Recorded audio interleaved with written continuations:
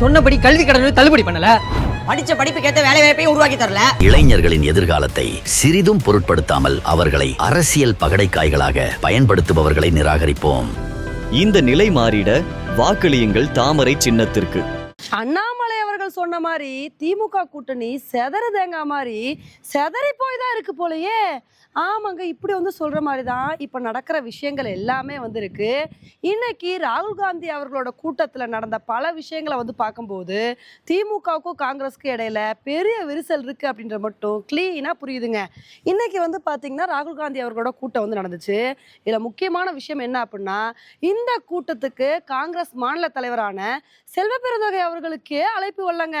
இதுக்கு அவர் ஸ்டார்டிங்ல என்ன சப்பக்கட்டு கட்டினார் அப்படின்னா, எங்க வீட்டில் ஐடி ரைடு நடக்குது, இதை தாண்டி என்ன கூட்டத்துக்கு போக விடல, அதனாலதான் அந்த கூட்டத்துக்கு நான் போகல அப்படின்னு சொல்லியிருந்தாரு.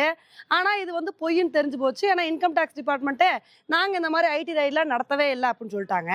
அதுக்கப்புறம் இவருக்கு அழைப்பு வராதுக்கு என்ன ஒரு சில தகவல் வந்துச்சு அப்படின்னா, இவர் போன கூட்டத்துல மாத்தி மாத்தி தப்பா டிரான்ஸ்லேட் பண்ணிட்டாரு, அதனாலதான் இவரை கழட்டி விட்டுருக்காங்க அப்படின்னு சொல்லிட்டு நியூஸ் வந்துச்சு.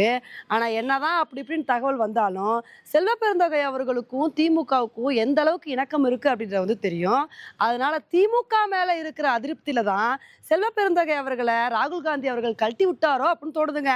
இது ஒரு விஷயம். அப்படின்னா இன்னொரு முக்கியமான விஷயம் நடந்திருக்கு. என்னன்னா, அந்த கூட்டம் ஸ்டார்ட் ஆகிறதுக்கு முன்னாடி அமைச்சர் மனோ தங்கராஜ் அவர்கள் ராகுல் காந்தி அவர்களுக்கு பொன்னாடை போத்துறதுக்காண்டி போயிருக்காரு. ஆனா அந்த ஒரு பொன்னாடைய ராகுல் காந்தி அவர்கள் ஏத்துக்கலங்க. இதுதான் ஒரு பெரிய அதிர்ச்சியை ஏற்படுத்திருக்கு. இதுக்கும் ஒரு சில பேர் என்ன முட்டு கொடுக்குறாங்கன்னா, இல்லப்பா ராகுல் காந்தி அவர்கள் பொன்னாடையை ஏத்துக்காம இருக்கணும்லாம் அந்த மாதிரி பண்ணல, அவர் பேசுறதுக்கு கிளம்பிட்டு இருந்தாரு, அதனாலதான் அந்த சமயத்துல பொன்னாடை ஏத்துக்கல அப்படின்னு சொல்றாங்க.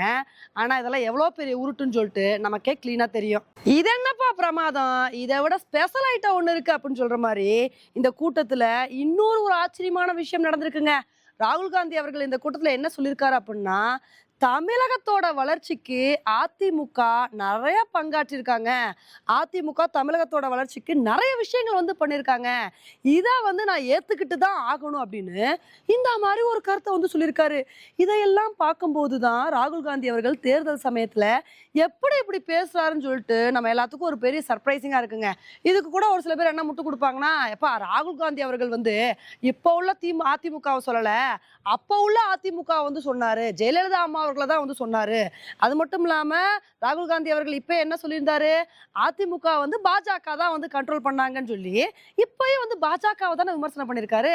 அப்படி இருக்கும் போது இந்த ஸ்டேட்மெண்ட் எப்படி பெருசா எடுத்துக்க முடியும் அப்படின்னு பல பேர் பல விதமா சொன்னாலும், தேர்தல் சமயத்துல ராகுல் காந்தி அவர்கள் திமுக பத்தி பெருமையா பேசாம அதிமுக பத்தி பெருமையா பேசுறாரு அப்படின்னா, அப்ப கண்டிப்பா திமுகவுக்கும் காங்கிரஸுக்கும் இடையில ஏதோ ஒரு விரிசல் இருக்கு அப்படின்றது கிளீனா தெரியுது.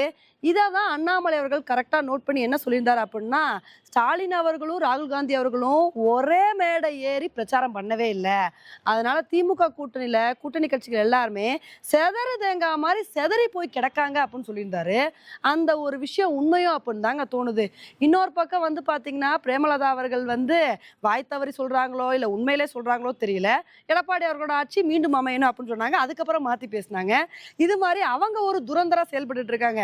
இதுக்கு அண்ணாமலை அவர்கள் என்ன சொல்லியிருந்தாரு அப்படின்னா, பிரேமலதா அவர்களோட உடம்புக்குள்ள விஜயகாந்த் அவர்களோட ஆவி புகுந்துருச்சு, இதனாலதான் பிரேமலதா அம்மா உண்மையை பேசிட்டு இருக்காங்க அப்படின்னு இந்த மாதிரி ஒரு ஸ்டேட்மெண்ட்டை அண்ணாமலை அவர்கள் கொடுத்திருக்காரு. ஆக மொத்தம் எல்லாத்தையும் வச்சு பார்க்கும்போது திமுக கூட்டணியில ஒரு பெரிய விரிசல் இருக்கு அப்படின்றது மட்டும் கிளீனா புரியுதுங்க. ஒரு காலத்துல திமுக கூட்டணி பயங்கர ஸ்ட்ராங்கா இருந்துச்சு, அதிமுக கூட்டணி தான் அங்கங்க பிரிஞ்சு போயிருந்துச்சு. ஆனா இப்ப தேர்தல் சமயத்துல தேசிய ஜனநாயக கூட்டணி பயங்கர ஸ்ட்ராங்கா இருக்கு, திமுக கூட்டணிக்குள்ள பல பிரச்சனைகள் பல உரசல் போக்குகள் போய்கிட்டு இருக்குங்க. இது எல்லாமே தேர்தல் அன்னைக்கு ஒரு பெரிய தாக்கத்தை ஏற்படுத்துதா அப்படின்றத பொறுத்து பார்க்கலாம். ஓகே ஃப்ரெண்ட்ஸ், இந்த ஒரு விஷயத்தை பத்தி நீங்க என்ன நினைக்கிறீங்க அப்படின்றத என்னோட கமெண்ட் செக்ஷன்ல போடுங்க. இதே மாதிரி இன்னொரு வீடியோல உங்களை மீட் பண்றேன். Bye friends.